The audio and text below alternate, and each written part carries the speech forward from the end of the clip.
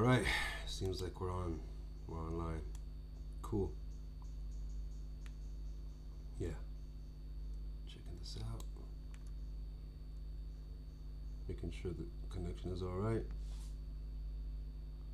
Guys, hold on. Let me turn on the AC, man. It's getting hot over here.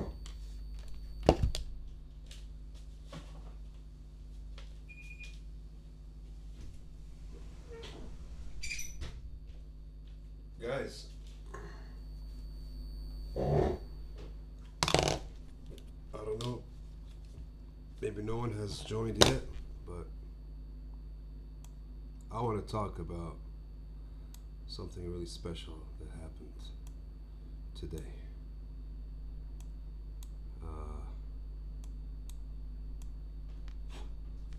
This is mainly for the Christian community, ex-Muslim and Christian community.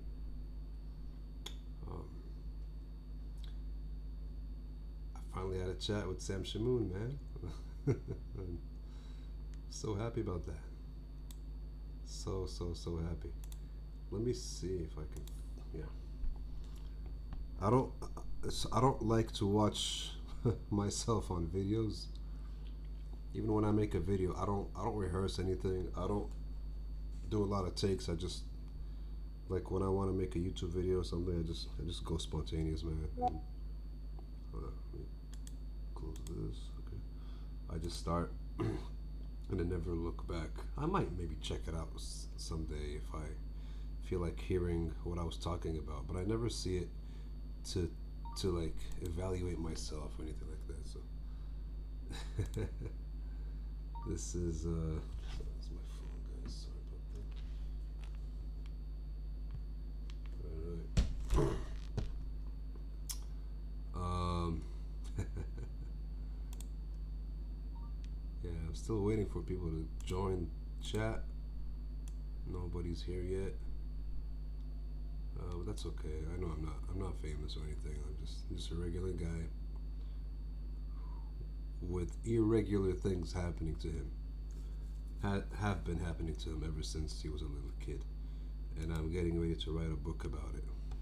God willing, everything goes all right. But I have to share my story. I have to share my side of things. And I've been so eager to share with one of the Christian apologetics, either Sam Shamoun, Muhammad Faridi, God Logic, David Wood, anyone.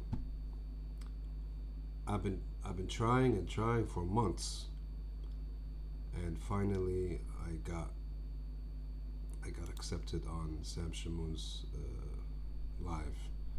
Just as soon as he was about to end the live stream, I wrote like I was already like in the background waiting, and they were not really sure if they're gonna let anyone else come up. So I just like, please guys, I really have to talk. I really need to talk to Sam Shamoun. And they're like, all right. So my name was Omar/Paul Daniel. Omar is my name by birth. Paul Daniel is my baptism name or Christian name. Before I was baptized, I was Daniel. I adopted the name Daniel. I'm going to talk more about this in my next video with Sam Shamoun, because now we're pretty much friends now. He officially gave me his email, asked me to write to him, and I did. And I even wrote to him before that, but I don't know if he saw those emails, but hopefully now he can see this email. Yeah, it's funny because and this might come up in our next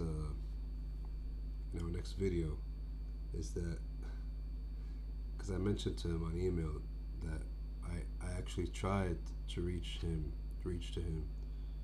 a few times, and a couple of times it went bad. I was kind of upset about it, but I didn't really bother too much about it. But I was like, man, this is like who does this guy think he is, man? Like Like, what is this? And then I was like, yeah. He gets a lot of trolls, so I understand. So one time I wrote in the chats like, hey man, Sam, I really really want to get on the live stream with you, man. I really want to tell you about these revelations that I got from God. And his reaction was like, oh, you're getting revelations from God, huh? Oh, you think you're a prophet or something? Yeah, get out of here. And that was that. Next time, maybe a month or several months later, I don't remember. I finally get on the live stream, and I'm like, man, I'm just waiting for my turn, you know. And I'm living in Southeast Asia, and it's hot here, so I'm usually shirtless at home, and I'm waiting, and I'm like, and so he's like, so my name at that time was Paul Daniel, and he was like, hey, Paul Daniel, and then I got kind of nervous. Oh shit, it's my turn now or something, like it's about to be my turn. So I'm like excited and nervous at the same time. And then he's like, "Go wear a shirt, man. What the hell are you doing?" And I was like, "Oh shit, okay, So I felt kind of intimidated. Like, oh my god, shit. All right, yeah. So I went to get a shirt, and as I was getting a shirt, I heard him, cursing me out. Like, what are you doing? Like, coming here on the live stream shirtless, you sick son of a bitch, blah blah blah. And then he just and man, I was like, I felt so bad, man. I felt so bad when that happened, bro. I was like, man, what? I felt like heartbroken, seriously. Like, I felt like, man, like it hurt. It really hurt. Because here's this guy who I watched for a long time, man, and I admire him, and I know that if I have a chance to talk to him, we'll get to be really close friends because we share a lot of things in common, a lot of things. Because it's weird, man. This whole YouTube thing, man, social media thing. When you're following someone, or even a celebrity, following someone, you start to know a lot about him, a lot about their intimate life, about their preferences, about everything they like, don't like, how they are, their character. And then you meet them, and you're like, man, I know you, and you're like, I know that you're gonna like me just just like I like you because I know what you're like. And then they're like, man, who are you? I don't know you, man. Get out of here. It hurts, It kind of hurts. It's funny too, but it's kind of sad as well. But I'm really happy it turned out great at the end. With God's blessings, man.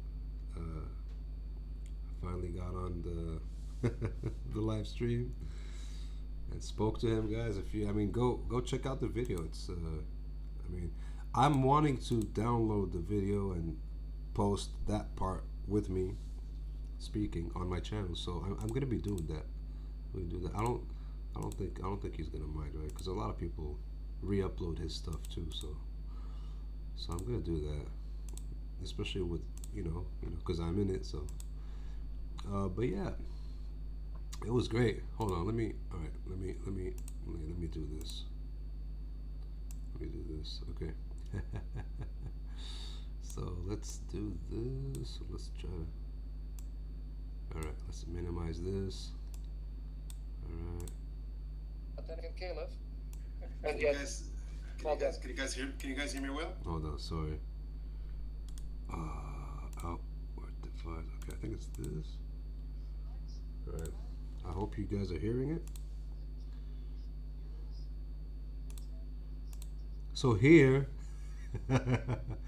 like I just got on, and I'm like waiting for my turn to speak. I was not expecting that. They were talking about the Pope and stuff. So so they said hi to me, and they said welcome, and I was just getting ready to say what I had to say and thank them and everything, and then they just suddenly start talking about the Pope and all this stuff, and I'm like, okay, I'll just wait. Okay, he's not talking. No, he was not talking to me there. He was talking to someone else.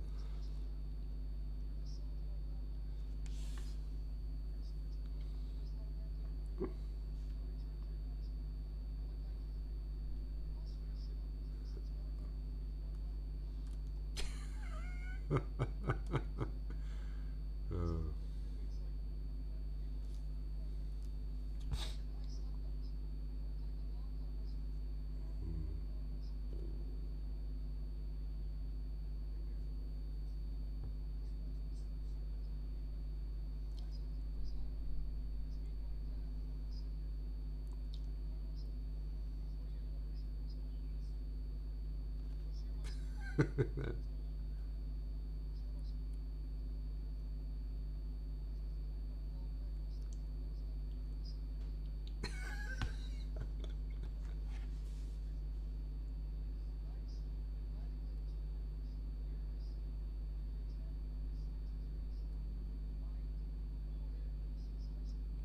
You see, so yeah, so as soon as I'm like, yeah, can you guys hear me well? I'm getting ready to talk, and they're like, yeah, they're talking about the, okay, so the Syrian Church of the East, yeah.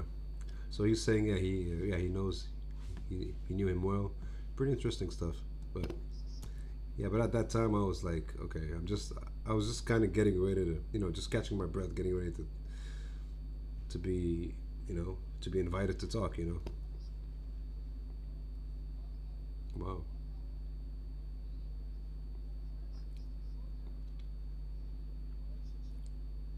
Marao.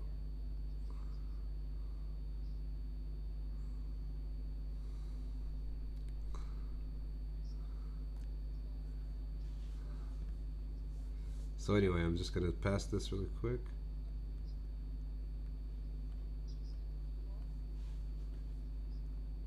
Here it is.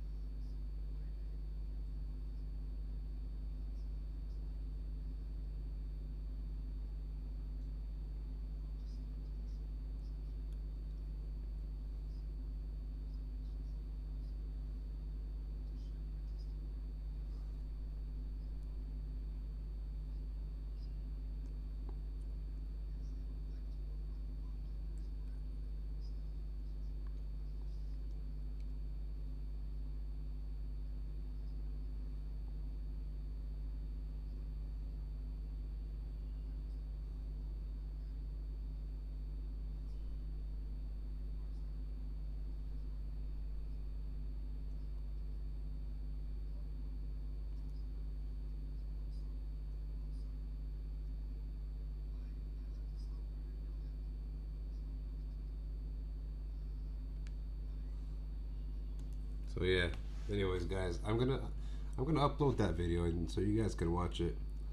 You guys can watch it. Yeah, it went pretty well. I mean, just in the beginning, because they didn't know me and they never spoke to me, so they're kind of used to being a little pushy and kind of a little not rough, but not not very like nice. Let's say like too nice. You know what I mean? Just a little kind of like on their guards. You know what I mean? Like so, like, kind of like when I asked them, like, can I please, start with a prayer? I was really hoping to start with a prayer. I was feeling very emotional, especially about that prayer and about talking in general. I don't know if it was a good thing to start talking without the prayer because I know if I did the prayer, I was gonna cry because I was already feeling emotional about everything. The whole Christianity thing, and so. But yeah, but it turned out to be a really good interaction, and praise the Lord. God has made it a good interaction, a good acquaintance, and hopefully it will not be the last. I'm really happy for that. I've been also trying to get on God Logic, and I've been asking him, and he's like, "Hey man, we just, I mean, we're just doing Muslims only, Muslims only, Muslims only," and I'm like, "Come on, man!" Like sometimes I would write comments, or I even tried emailing him once. I'm like, "Come on, man! Like I've been waiting for a long time, bro. Like why do you just want to get Muslims on? Like invite whoever wants to come and talk. You know what I mean? Like especially because I see like the Muslims are really really like frustrating the hell out of you. Like it'll be a nice change even for you. You know what I mean? Like at this point, it kind of feels like you're like you're masochistic or something. Like you kind of enjoy being frustrated by by Muslims, man. Like come on, just take a break. Talk to some ex-Muslims. It's gonna be good even for the Muslims who are coming to watch and troll you. to see some of us actually come and share our testimony live, you know.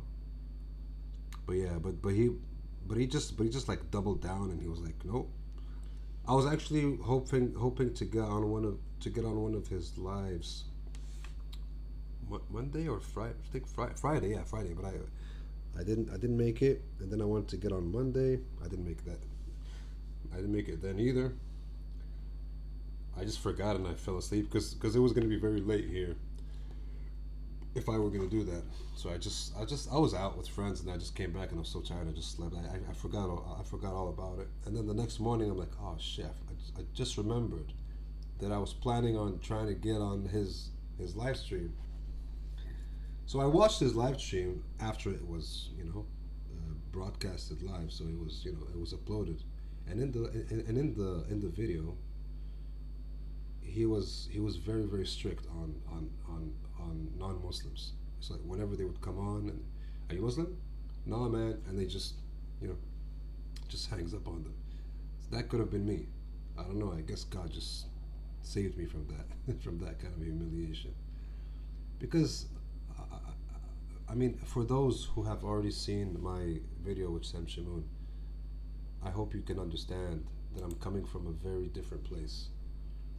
Yes, I am an ex-Muslim, but I've left Islam a very long time ago, a very very long time ago, a very very very long time ago, and I joined Christianity just recently, less than a year ago.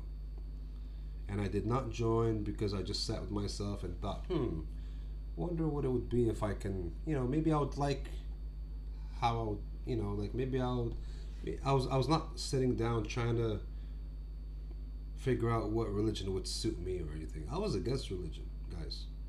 I'm going to talk more about this in detail when I get on Sam Shamoun's live stream again. I was against religion, and I have all my videos, all my previous videos. They're still there. Not only on this channel. This channel of mine is pretty recent, but I had one before this, but that was removed by YouTube because of some violation. And but I have another one that's even older, which I started where I started making videos on that one like more than 10 years ago. It's called Lion Entity, Lion Space Entity, and it has a picture of me with a guitar and singing on the microphone with some African brothers, having a little like my hair is a little longer and curly, having a little hairband like that, like a black one, wearing a white shirt. And you can see a lot of videos there, but from 2015, I guess it was, or 16, I suddenly decided, you know what, I'm living in Morocco, and I had no intention of leaving Morocco at that point. I was trying to make it in Morocco. I was trying to stay in Morocco. I didn't want to be one of those Moroccans who just leaves Morocco because he's too good for Morocco. You know what I mean? I didn't want to be that kind of person. I wanted whatever good that I had in terms of education, skills, I wanted to contribute that to my country, Morocco. And for 10 years I tried doing that. And for 10 years I was rejected. I was pushed away, pushed down, humiliated, insulted. Not by everybody, but by most. They were just not interested in me sharing my knowledge with them. I did whatever I could on my own on YouTube, and almost all my videos at that point for those 10 years became in Arabic, in Moroccan Arabic. And sometimes I would make videos in English, but it was mostly in Arabic. I was talking about spirituality in general. I was speaking about energies and just spirituality, just mysticism, spirituality, because that's what I was into. And I was also practicing yoga, and I started teaching yoga because I was practicing for a very long time. I embraced Zen Buddhism when I was 13 years old. I was already full on meditating for hours, just sitting there for hours. I've been doing that for many years, and I know what that's about. I know about these spiritual things, and I've had a lot of spiritual experiences, transcendental things happen which I had no, explanation for. I spoke about all of that, explaining to the Moroccan audience what energy really is, what the chakras really are, and everything like that. And funny enough, because I know that a lot of Christians, when they hear about these things, they see it as it's against Christianity, right? It's like mysticism, it's satanic or whatever. But that is exactly what brought me to Jesus.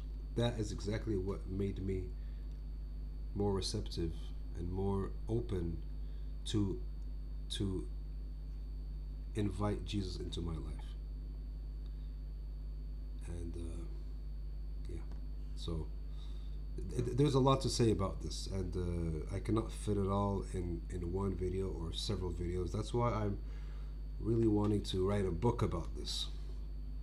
I'm getting ready to write a book. I haven't started yet because I have a lot, and I don't know exactly where to start. Actually, I do. I'm going to start from the beginning because it's my story, my life story with spirituality. And yeah, man, just it's just going to be that's what it's going to be. It's going to be like just really. Uh, it's going to be great. It's going to be about a lot of things. I'm gonna touch on a lot of things. So there's one viewer. I don't know who's watching, but hey, could you write a comment so I can know who this is? I don't think it's a Moroccan person because I know Moroccans are sleeping now. Maybe they're awake. I don't know. I don't know who's awake now. Hold on. What time is it? 4. Oh no, yeah. No, they're just waking up now. 4 here is 10, 9 a.m. Yeah, 9 a.m. now in Morocco. Okay. But yeah, I really hope that some more more international audience would come and watch.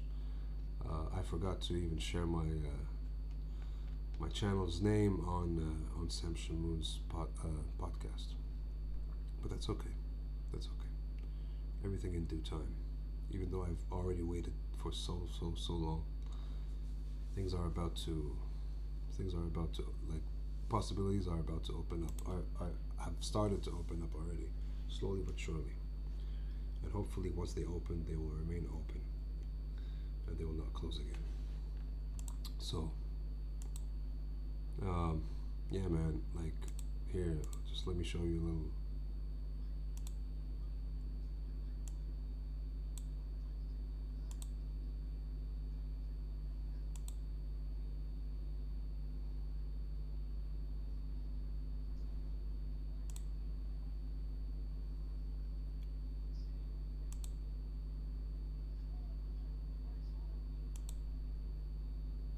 So yeah, here we go. Just yeah, I was I was getting emotional in some parts too because it's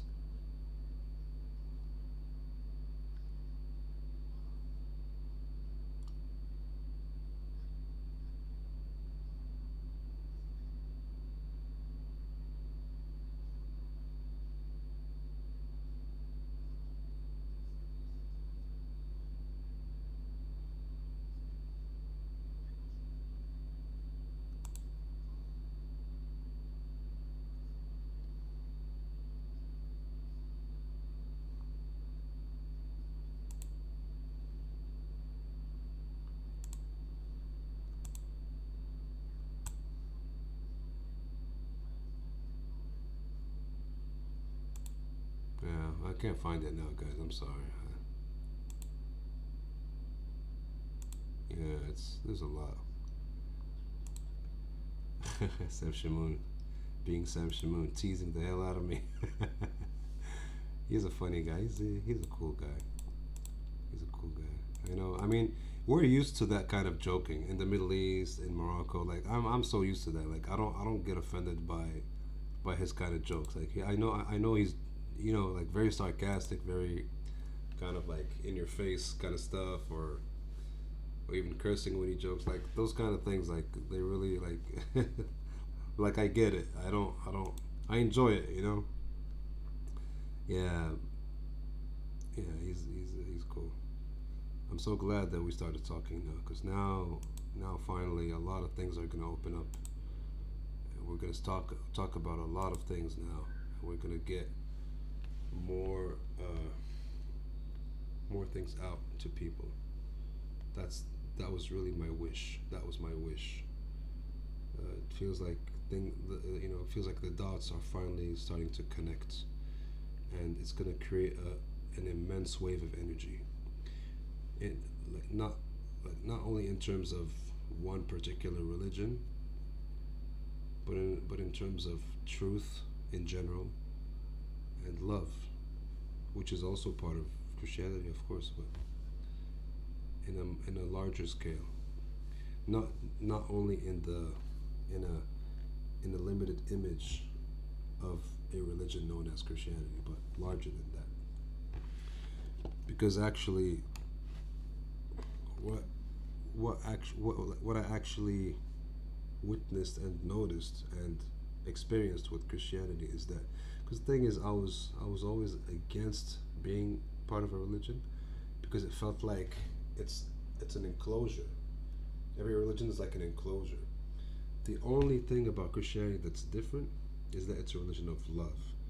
What that means is, because you know what, when you know love, you cannot enclose love. So Christianity may have a structure because it's a religion, right? It has a structure. Okay, you're now in Christianity or you're out, right? But because the center of Christianity is love, and it's based on love, love is that kind of energy that you cannot trap. Love is that kind of energy that goes beyond its own limitations. The limitations that you try to put on it, it goes beyond it. And Christianity doesn't even try to put, especially Catholicism doesn't try to put limitations on the love of Christ.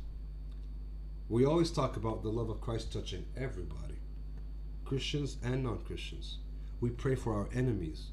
We love everyone. We radiate that love, just like Jesus Christ told us to do. We radiate that love.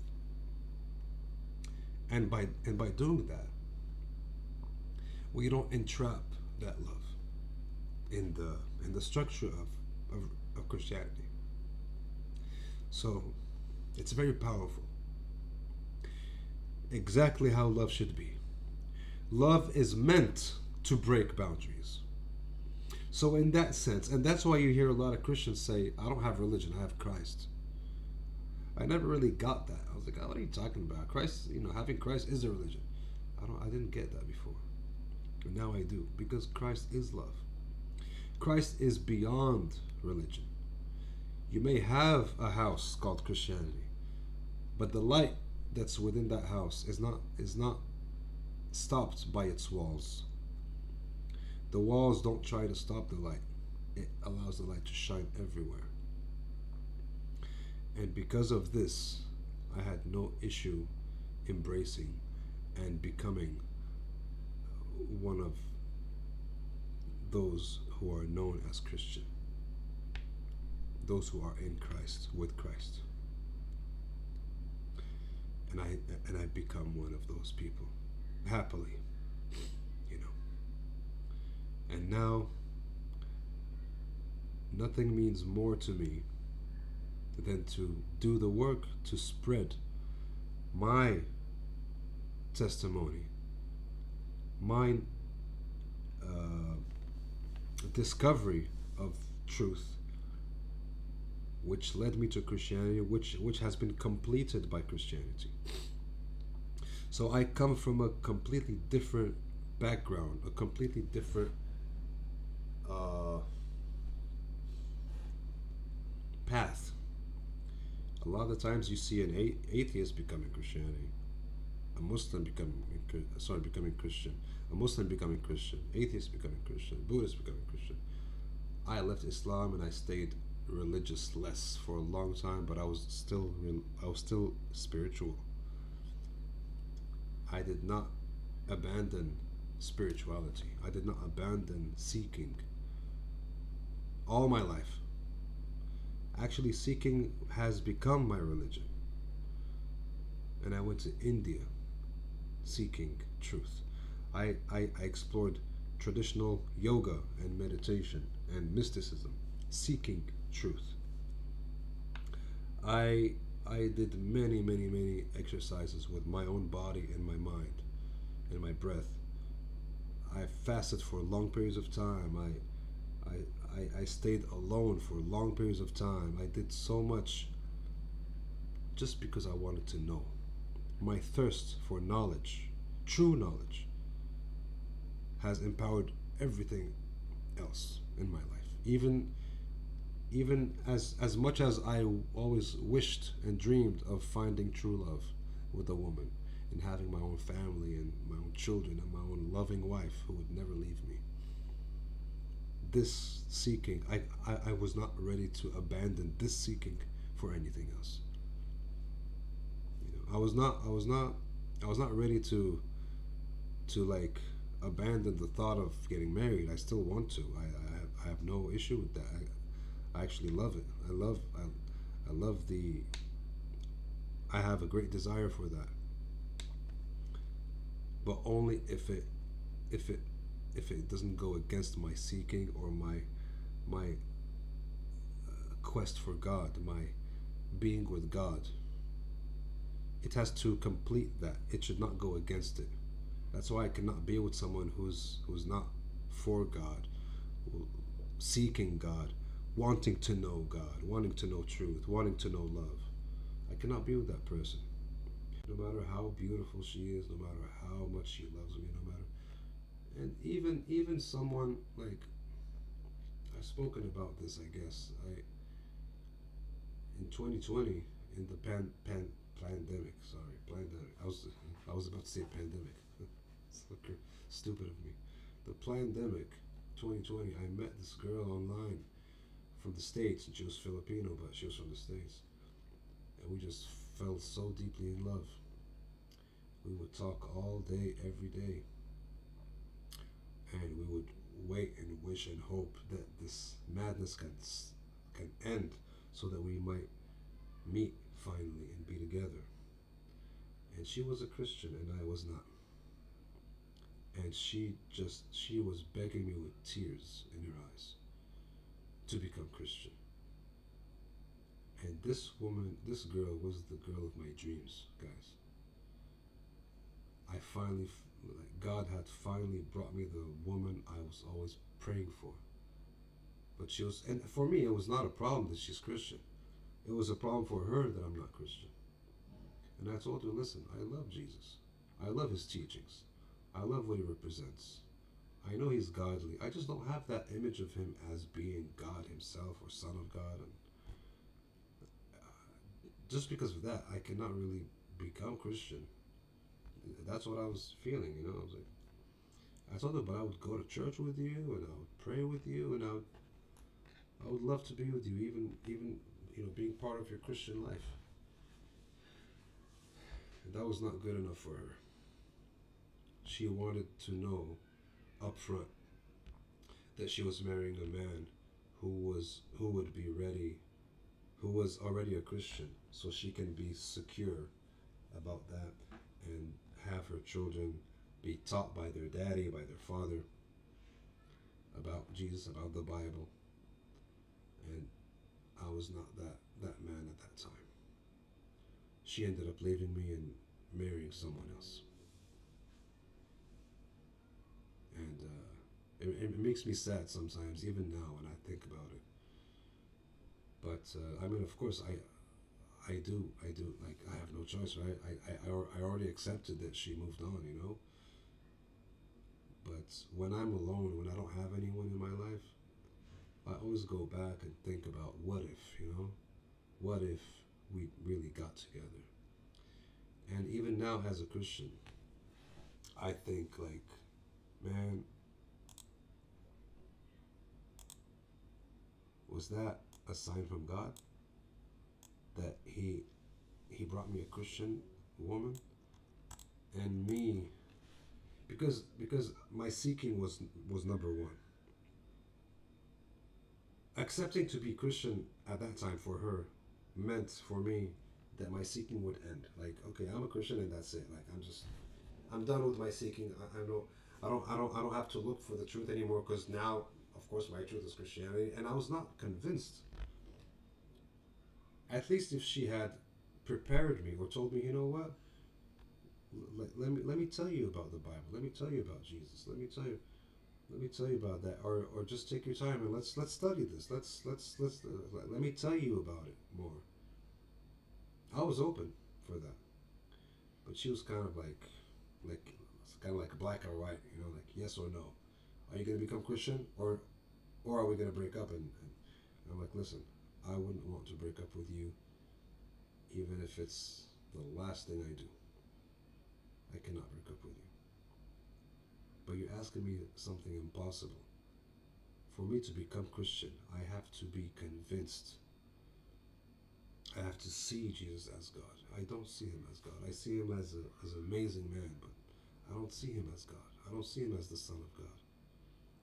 I don't see him as the salvation for mankind. I don't at that time. And it really hurt my heart to let her down and to not be able to give her what she needed. I just needed some patience from her. But she didn't show much patience. At first a little bit, but then she was like, come on, you gotta become Christian now. And I don't think she was Catholic. I don't think she was Catholic too. I think she was Protestant. And I'm not Protestant. I don't like certain things that Protestants say about Catholics. Although Catholics are more ancient, much more ancient than Protestants. A lot of Protestants don't even consider Catholics to be Christian. I'm like, what are you talking about? Why? Oh, because it's a heresy, because they pray to Mary, and because they have images. And the Bible speaks against that. And I'm like, come on, man, are you serious, bro? Bro, the Catholic Church is your grandma. Are you gonna hate your grandma, bro? Like, seriously? Be humble, man. Go. Protestants can be quite arrogant. The thing I love about Catholics, they're very humble.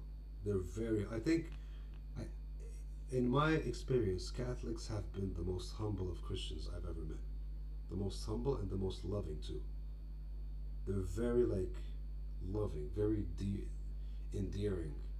They're very warm, you know, and that really, really touches me. And they see love, like for them it's all about love in that romantic sense, not romantic in the sense of man and woman romantic, but just romantic in general, you know, like truly romantic. Like they have a strong sense of romance when it comes to love and God, and it's very beautiful. It's kind of it's like the ancient times of kings and queens and knights, and it's like of course we're gonna venerate and revere Mary. She's the mother of Christ. She's the mother of God. It's like in the old days when there was a king and you have to bow to him and stuff, and you revere him, and there his mother is with him. Aren't you gonna bow down to her too? You know what I mean? That's just courtesy, bro. Especially if you cannot, if you feel like far from the king, and then his mother is there and she's inviting you to talk to her.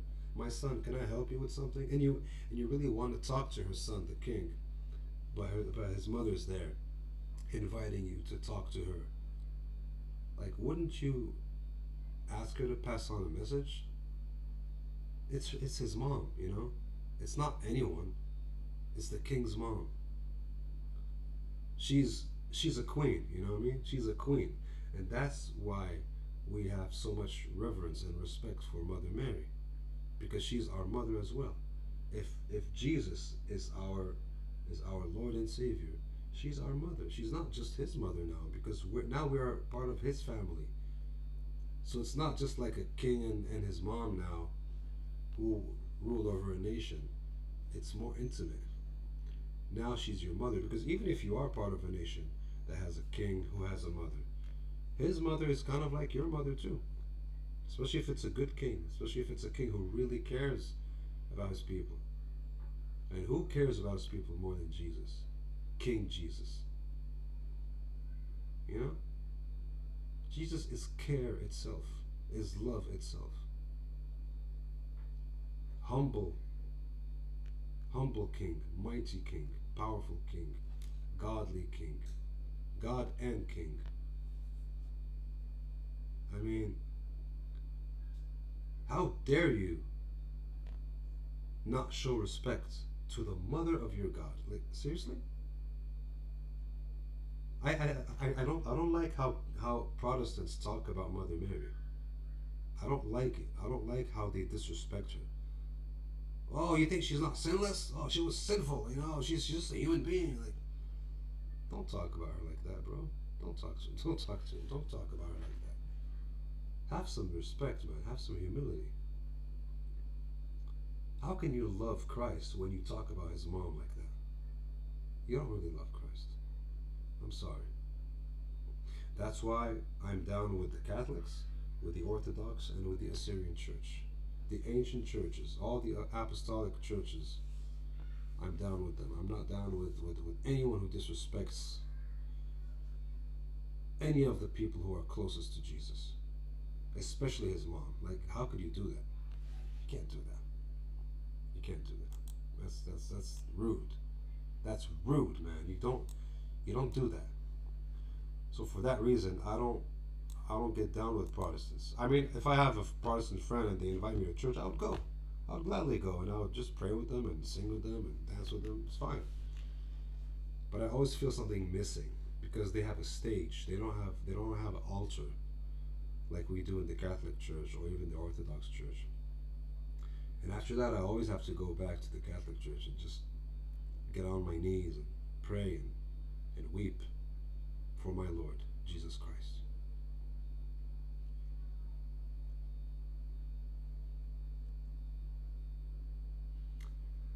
And salute his mom as well.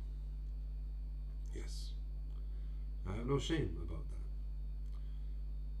that. God is a mystery, guys.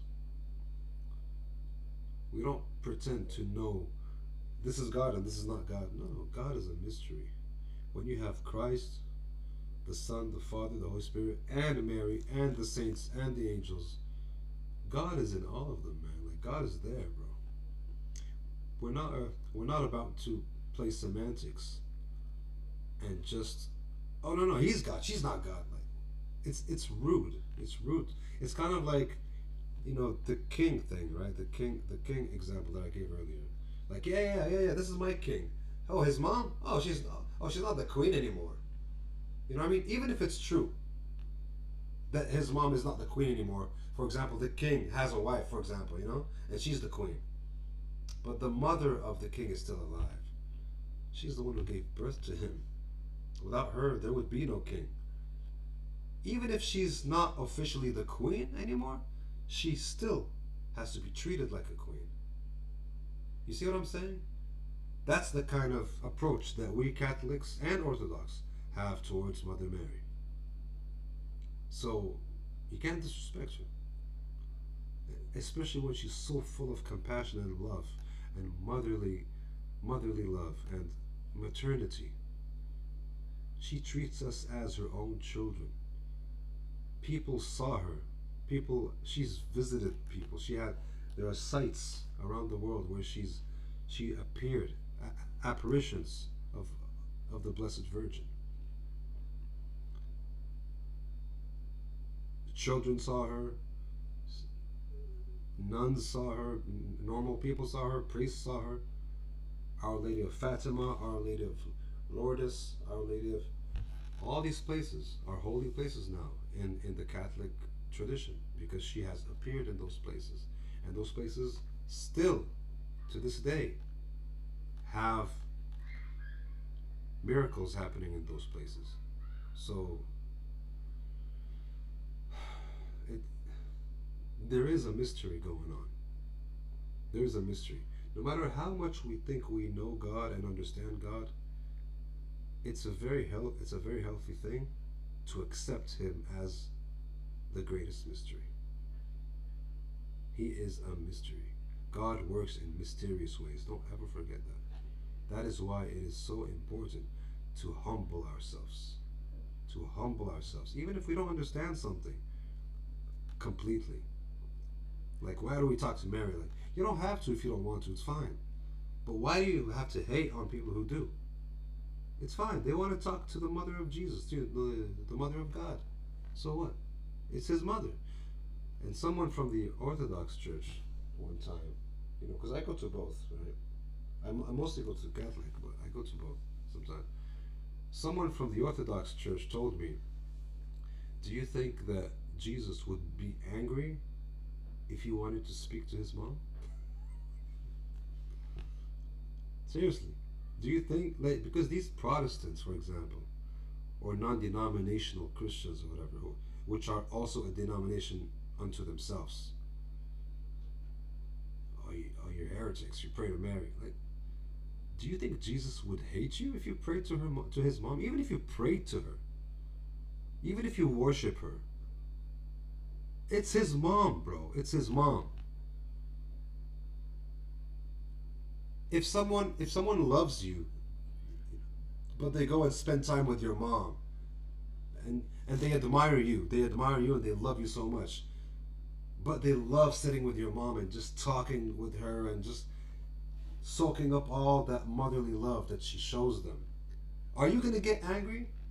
Are you gonna say, "Hey, traitor, you don't love me. You're just with my mom. You're just sitting with my mom"? No. If you say that, you're crazy. Something is wrong. You're not okay. It should make you happy. That's especially if you know someone. Especially if you know that someone admires you and loves you, and they just love spending time with your mom. They just love your mom. You know when you have some friends and they meet your mom and they love her and they're like, "Oh my God, I love your mom so much. She's amazing." Does that make you angry? No. Unless you're crazy. It makes you very proud of your mom, very happy. Very happy. If you're jealous of your mom, you're not okay. And you're not even Jesus or God. So imagine God having an issue if you talk to his mother. Having an issue even if you worship his mother. That doesn't mean that they forgot about you. About Jesus. You see what I mean? It's rude. It's low. It's shallow to look at people and say, "Oh, you're a heretic because you don't really believe in Jesus because Jesus said you should only pray to him and you're praying to his mom." Like, what the hell, bro? Get out of here. You're stupid, man. And this sounds very American, very, very like Anglo-Saxon. You know what I mean? I'm sorry. It just does. That's nonsense. Traditional Western culture is Orthodox and Catholic. It is not something else. This Protestant nonsense is new. It's new. And thank God that it's not all Protestants who think this way. Because I've met Protestants who have no issue with Mary being worshipped or praised or revered at all. One of my very good friends, Kenny, from the States. He's Korean, but he's an American citizen. He even served in the army, and he's supposed to be visiting me soon in Thailand. And he's a Protestant. He came to me to the Catholic Church, and he loves it. And I went with him to the Protestant Church, and it was amazing. And I asked him, like, Kenny, do you have a problem with how Catholics like pray to Mary? He's like, no. Why? Like, why would I have a problem? And I was surprised. I was like, man, I don't know. I thought all Protestants had a problem with Catholics and Orthodox who pray to Mary. And like, I don't see a problem in that. And that really surprised me. Like, he was like kind of like the first Protestant to tell me that. And I didn't meet much in my life, but he's just a very humble man. He's a very humble, very amazing, beautiful man. He's a very funny man too. He has no issue with that. He's very spiritual. He understands. And he told me that he's against any Protestant who thinks that way, who says about Catholics that they're heretics because they pray to Mary or talk to Mary or pray to Mary. Like, some Protestants, even here in Thailand, tried to tell me, why would you pray to Mary? Jesus said, pray to him directly.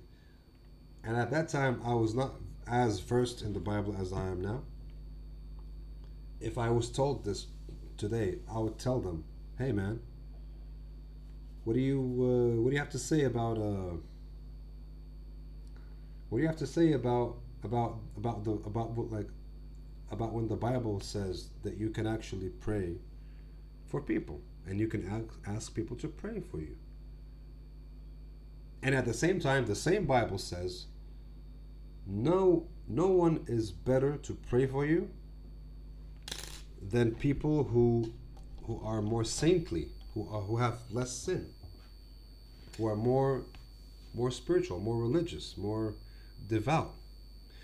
And in the same Bible, it says about all those who are in heaven, all the saints in heaven, because everyone who goes to heaven becomes a saint.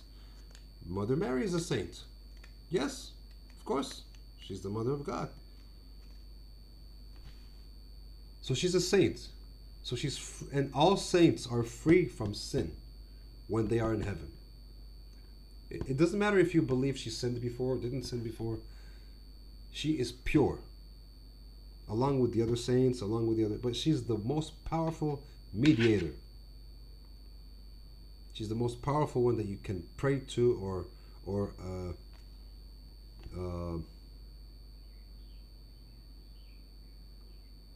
forgot the word now, but go to for intercede, to intercede for you. Yeah, that's the word. She's the most powerful mediator. She's the most powerful saint in that regard. Why wouldn't you ask her to pray for you? Why wouldn't you ask for her intercession? Intercession is a biblical thing. But you got these fools saying, oh no, you're heretics. How dare you, man? Who do you think you are? They're just throwing judgments all over the place. Oh no, you're a heretic. Oh no, you're not a real Christian. Oh, what? Even Catholics who are your grandparents don't say that about you.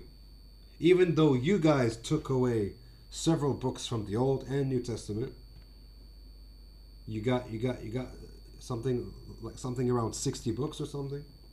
The Catholics have 70 plus books, almost 80. The Orthodox Ethiopian Church has 88 books. None of us consider you not true Christians because you don't believe in Mary interceding for you, saints interceding for you, and you removed all these books from your own Bible, and you don't have an altar in your church. You have a stage. None of us say that you guys are not true Christians. How dare you come to us who are far more ancient than you? And we have a very vast church tradition dating back ages ago. So rich in history and so many things that contributed to the history and to the tradition of Christianity along the ages, throughout the ages. And then here you come along, New Age Protestants, thinking that you have something to say to us about us not being true Christian. Are you crazy? Yes, you are crazy. Behave yourself. Behave yourself. Don't try that. Don't try that with Catholics. Don't try that with Orthodox. Don't. It just makes you look stupid. It really does. Like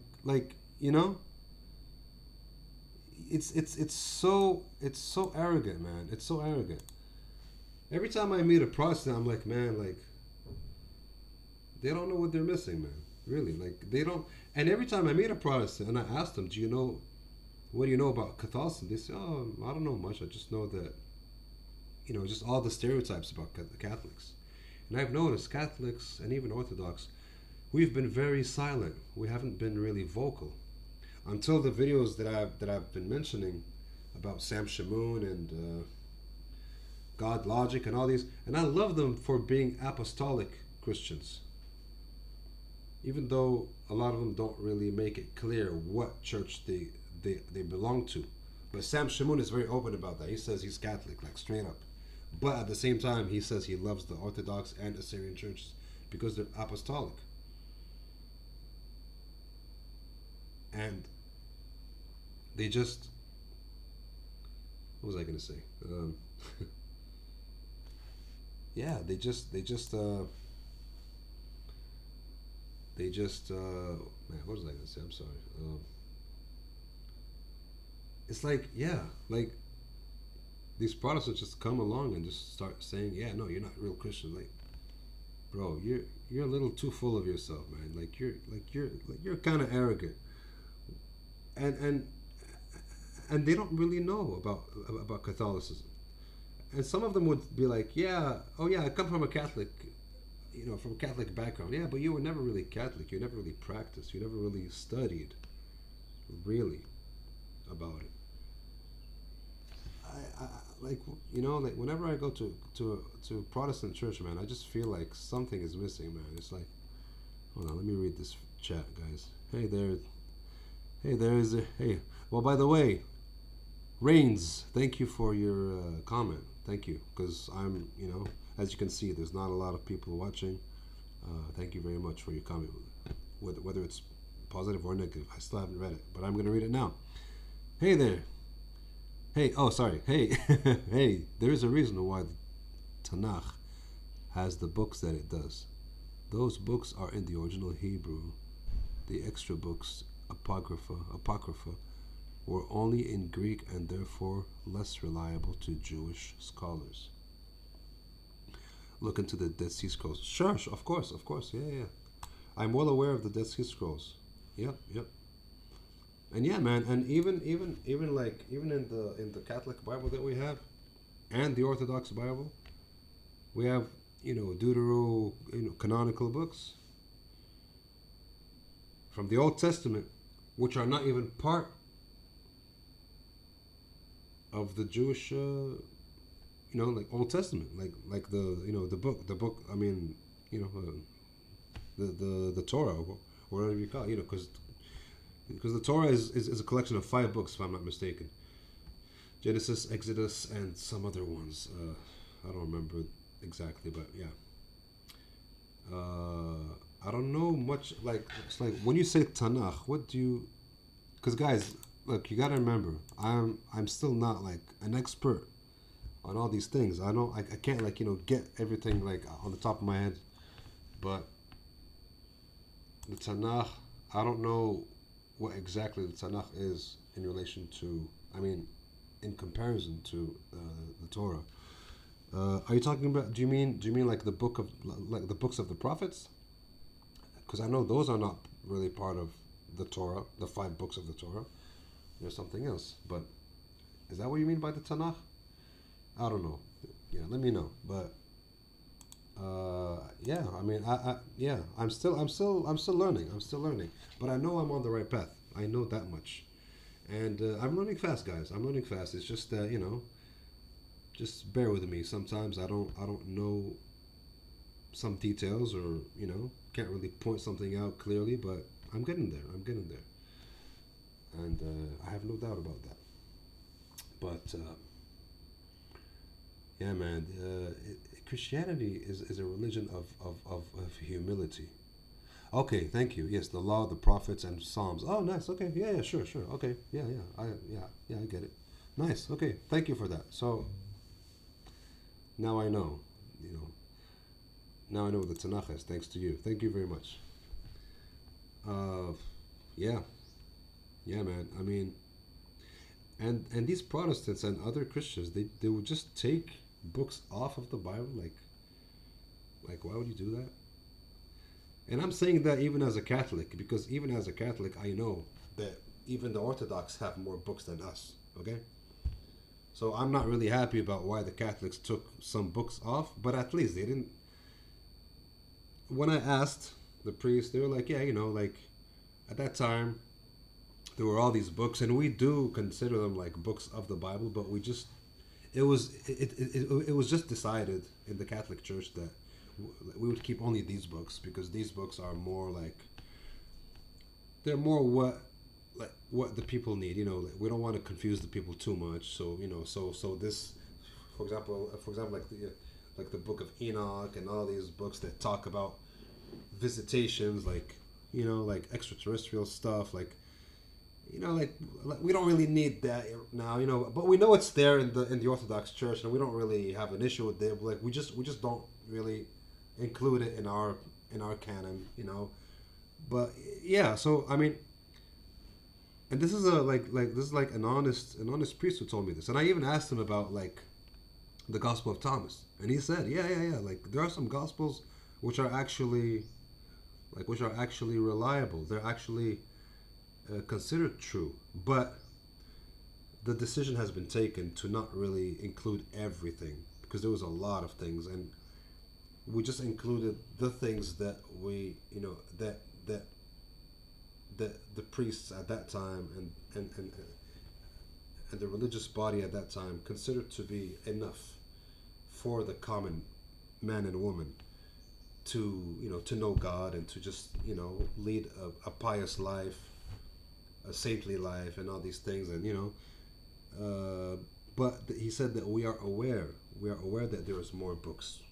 Like we're not pretending that those books are all heresies or whatever.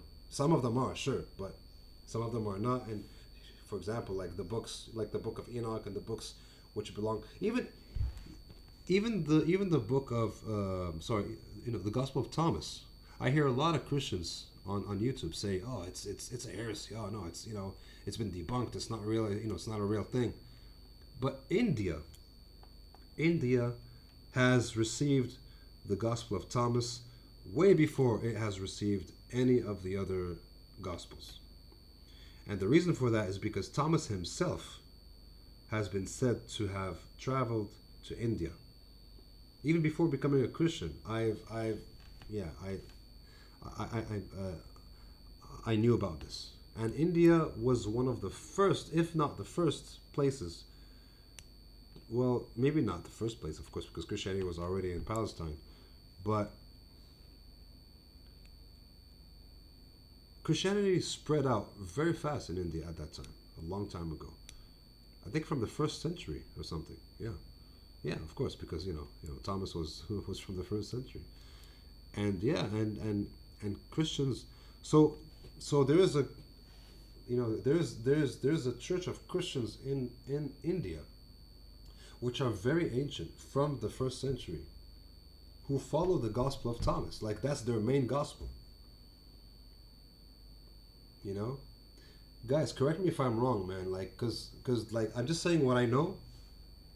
I might be off on certain things. Like I'm not saying like my word is perfect. I'm just speaking about what I remember from what I've saw. You know, like from what I've seen. So guys, let me read this. I encourage you to learn more about Judaism and its wisdom. Of course, man. Thank you. Of course. And and we do. I mean, of course, like Judaism or the books of the Old Testament is the backbone of Jesus Christ. And they also, I know that they also reveal God, you know, they reveal God before Jesus came.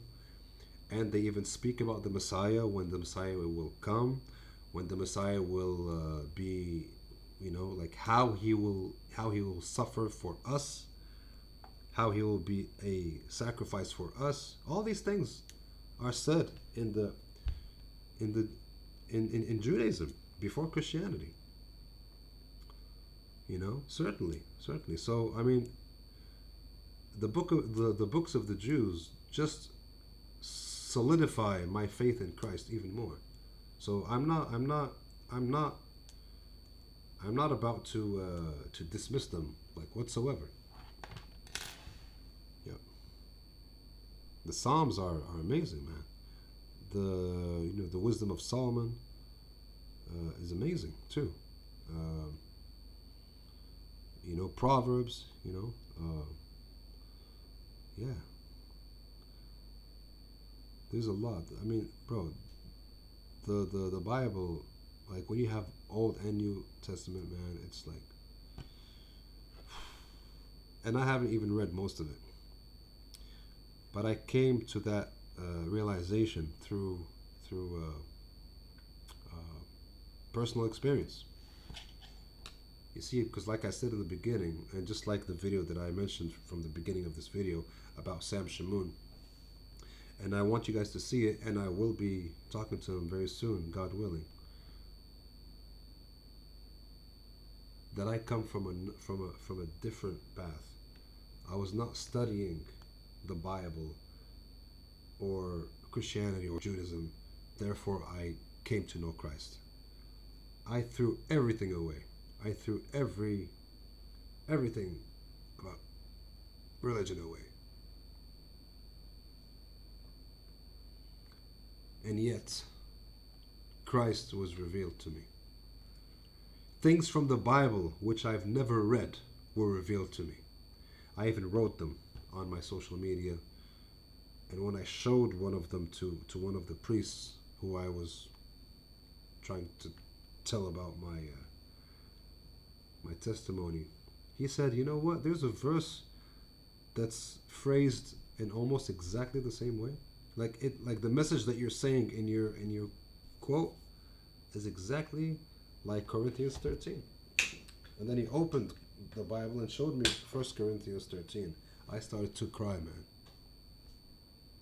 because I wrote the exact same, like, not word for word, but I wrote.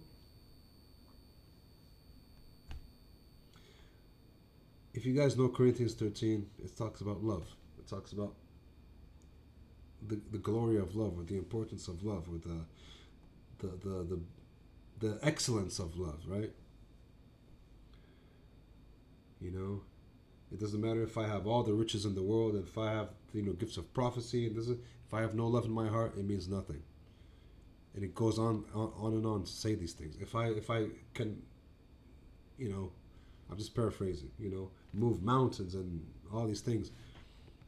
If I have all the faith in the world as to remove mountains, and if I give all my possessions to the poor, and if I give my body to be burned, everything, but I have no love, it means nothing. And then it goes on to say, love is kind, love is patient, love is not arrogant. It's the most beautiful, by far, expression or description of love that I've ever read in my life. And I've never read it before. And I was on my Facebook one day, so at that time, and I just had this thing come to me, and I'm like, man, it seems like every religion represents something. So, the Muslims, they say, yeah, Islam is peace, right? You hear that a lot. Yeah, Islam is a religion of peace, So I'm like, okay, well, they say that Islam is peace. Okay, I'll grant them that. Buddhism is compassion, right? It's all about the Buddha's compassion or whatever. Hinduism is about consciousness, right? Opening the third eye, Shiva, etc., etc. Judaism is, I don't know what I said about Judaism, actually, I forgot. And I don't know, I guess I said, I don't know, I can't remember now.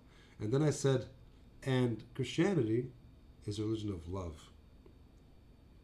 The center of Christianity is love. It's based in love. And then I went on to say, it's good to have wisdom, compassion, a vast consciousness, and all these things. But if I have no love, and I have peace and everything, but if I have no love in my heart, all of this means nothing. That's what I wrote. And then the priest showed me that 1 Corinthians 13. I immediately began to cry. Because it immediately showed me, or made me feel like God is with me. He's speaking to me, showing me what's in the Bible before even reading it in the Bible. Because it's truth. It's based in truth.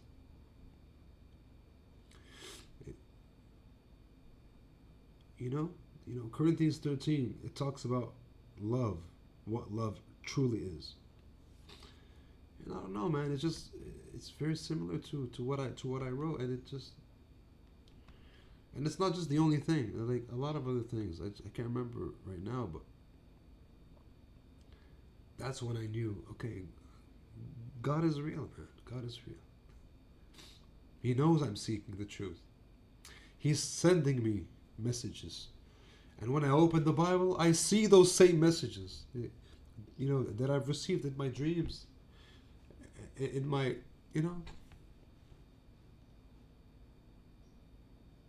it's like God is like in real time talking to me. I know it sounds crazy to say it, but I don't know how else to say it. It's like it just revealed to me, man. Like he's here. He's telling me these things. He told me these things, and now I'm reading. And now I'm reading them. So in a sense, I didn't want to go into religion and read. I didn't read the Bible much, just very little things, especially only after I became Christian. I've always refused. Like I don't really care about opening any religious book. And I just prayed, God, show me, if you're there, show me. And he showed me. And when I opened the Bible, everything he showed me is in there.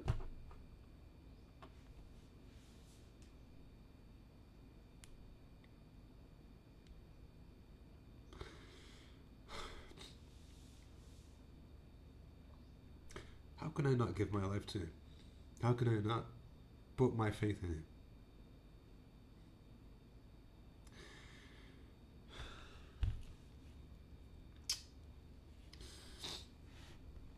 So guys, thank you so much, and please subscribe if you guys are new.